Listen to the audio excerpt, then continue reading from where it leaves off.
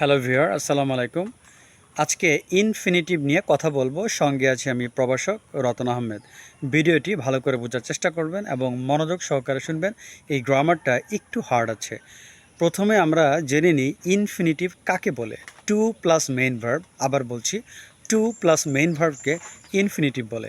এই ইনফিনিটিভ দিয়ে আপনি মজার মজার বাক্য তৈরি করতে পারবেন। ইংলিশ ল্যাঙ্গুয়েজ ইনফিনিটিভ খুবই গুরুত্বপূর্ণ।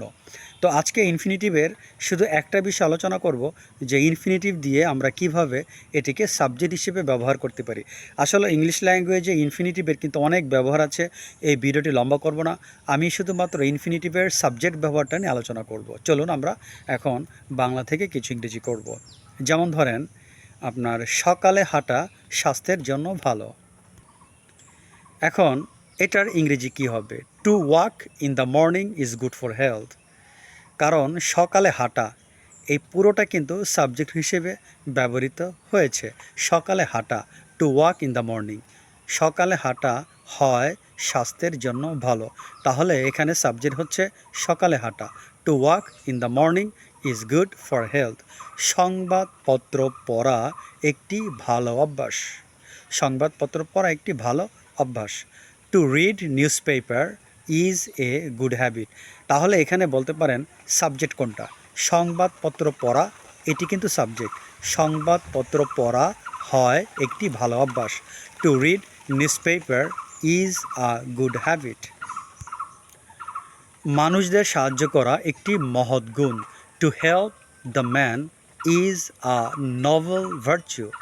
গরিবদের সাহায্য করা একটি মহৎ গুণ। To help the poor is a Nobel virtue. তারপর ধরেন স্বাস্থ্যের নিয়ম মেনে চলা একটি ভালো অভ্যাস। To follow the rules of health is a good habit. আবার বলছি, স্বাস্থ্যের নিয়ম মেনে চলা একটি ভালো অভ্যাস। To follow the rules of health is a good habit.